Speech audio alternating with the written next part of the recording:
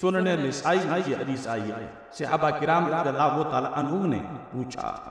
یا رسول اللہ صلی اللہ علیہ وسلم، کیا والدین جو کوئی ایسا حق بھی ہے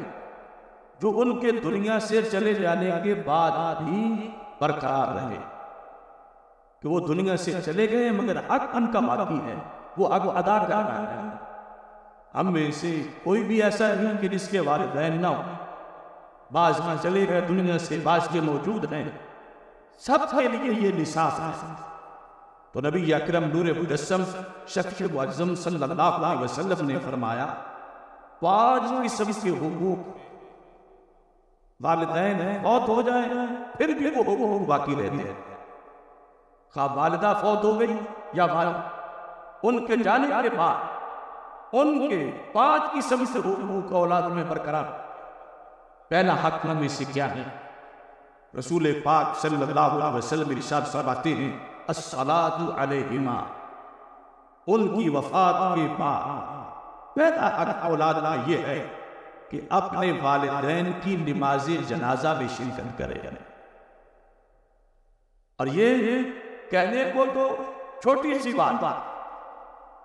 مگر حقیقت اس کو سارے حقوق پر مقدم کیا گیا۔ اور آج جو جن لوگوں کی اولادیں یورپ میں ہیں وہاں پر تو الا ماشاء اللہ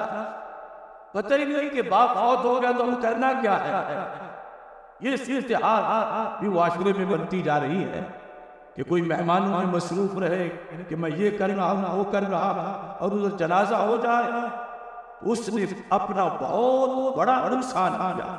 دوسرے زندگی بھر اپنے والدین کے گناہوں کی بخشش مانگتے رہنا، صرف ایک بار دو بار جنازہ تو ایک بار ہے مگر اس کی بار بار ہے،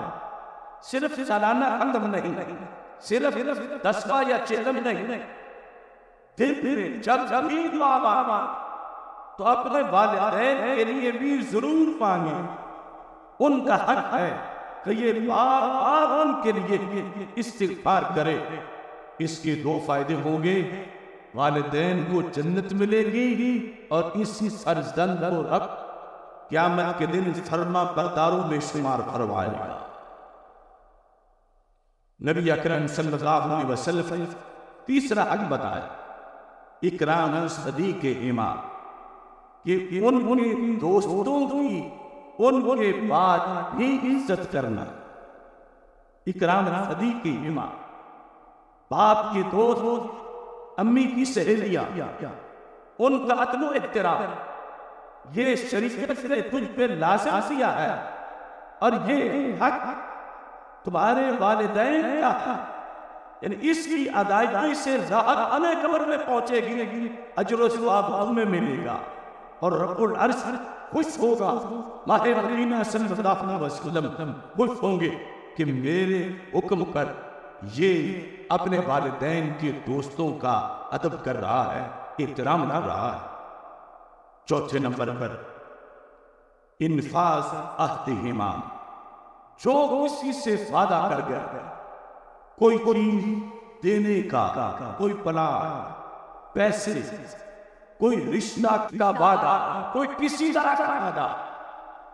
فرمایا یہ شریعت نے تم پہ لازم کیا ہے